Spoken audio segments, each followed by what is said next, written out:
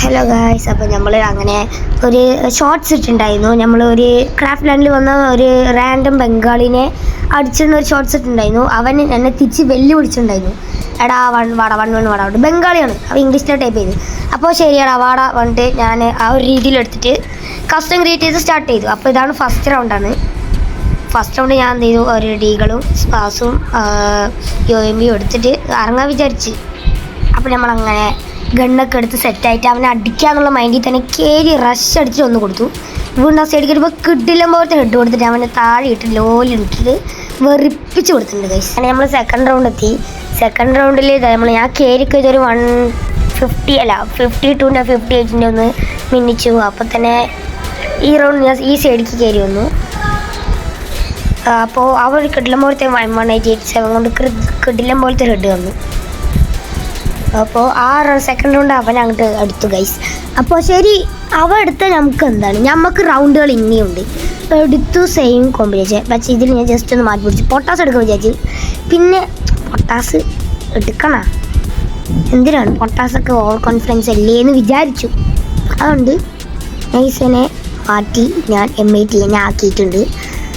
എന്നിട്ട് ഈ റൗണ്ട് അവനെ അടിച്ചുറക്കണം എന്നുള്ള ഒറ്റ മൈൻഡ് സെറ്റിൽ തന്നെ ഞാൻ പോവുകയാണ്.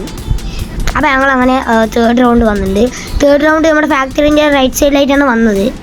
പക്ഷേ അവൻ നേരെ ഇത് എൻ്റെ സ്പോൺ ഏരിയയിലായിട്ടാണ്. കുഴപ്പമില്ല, സ്പോൺ ഏരിയ നമുക്ക് കുഴപ്പമില്ല. അവൻ അടിച്ചിട്ട് ഉറക്കാൻ തന്നെ ഒരു മൈൻഡ് സെറ്റിൽ നമുക്ക് കയറി പോവാണ്.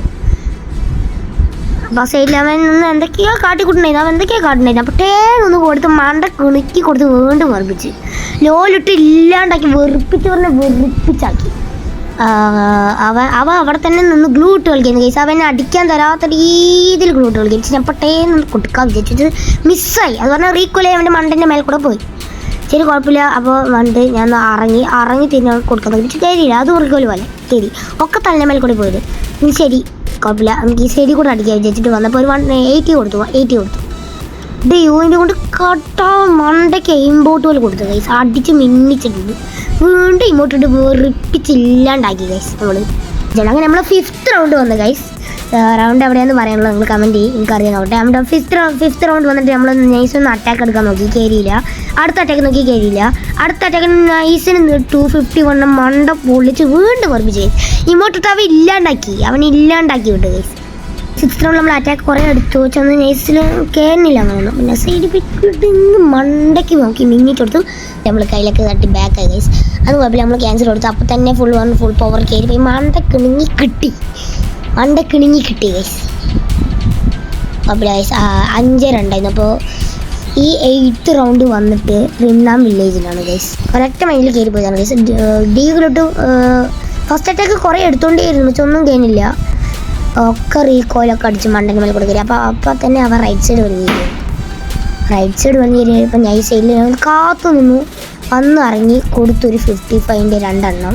വീണ്ടും ഇറങ്ങി വന്ന് യോമ്പി കൊണ്ട് കുറേ കൊടുത്തു. റീകോയിൽ അടിച്ച് വീണ്ടും കയറിയില്ല. പിന്നെ 137 യോമ്പി കൊണ്ടുവന്ന് കൊടുത്തു. നല്ല മണ്ടയ്ക്ക് നോക്കി മിന്നിച്ച് കൊടുത്തു.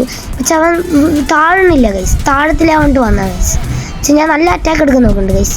പക്ഷെ ഒന്ന് കൊള്ളുള്ളൂ. ഒക്കെ റീകോയിലും അത് എങ്ങനെയാടോ എനിക്കെന്നിപ്പോൾ കാണുമ്പോൾ അത് എങ്ങനെയാണെന്ന് മനസ്സിലാവുന്നില്ല. ഞാൻ കയറിപ്പോയി കൊണ്ട് കുറേ അടിയാൻ നോക്കി, ഒന്നും കില്ല. 85 3 കൊടുത്തു. വീണ്ടും ചാടി ഒന്ന് കൊടുത്തു.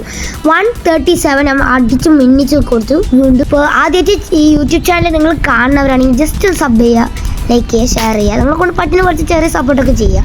അപ്പോൾ നമുക്ക് നേരെ കാര്യത്തിലിട്ട് കിടക്കാം. അപ്പോൾ നമ്മൾ അങ്ങനെ കയറി വന്ന് 285 കൊടുത്തിട്ട് ഇവിടെ ജസ്റ്റ് ഒന്ന് ലോയിമോട്ട് എടുത്ത് അവനെ വെറുപ്പിച്ചു.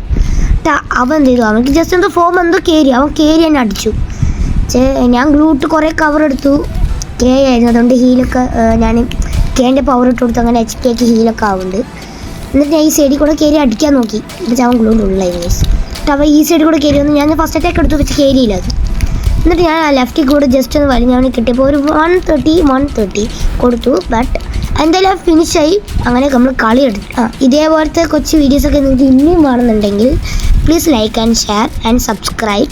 എല്ലാവർക്കും ബൈ.